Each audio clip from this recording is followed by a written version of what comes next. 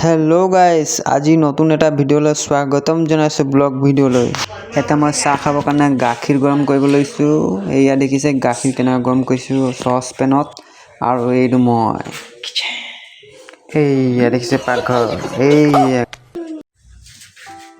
এয়া চাহ বনাবলৈ বস্তু যোগাৰ কৰিলো এয়া চাহ পানী উতলাইছে এয়া দেখিছে ষ্টভ একদম গাখীৰ গৰম চাহ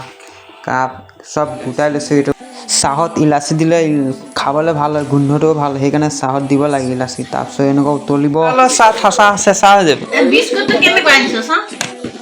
ওয়াও মোৰ টেমাকে লৈ আহিলি মস্ত বিস্কুট দেখবা এয়া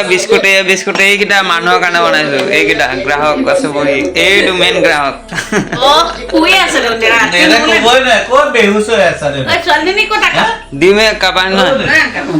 এই আপকা টেনচন হৈ আছে হয় নে বাও এই কেলে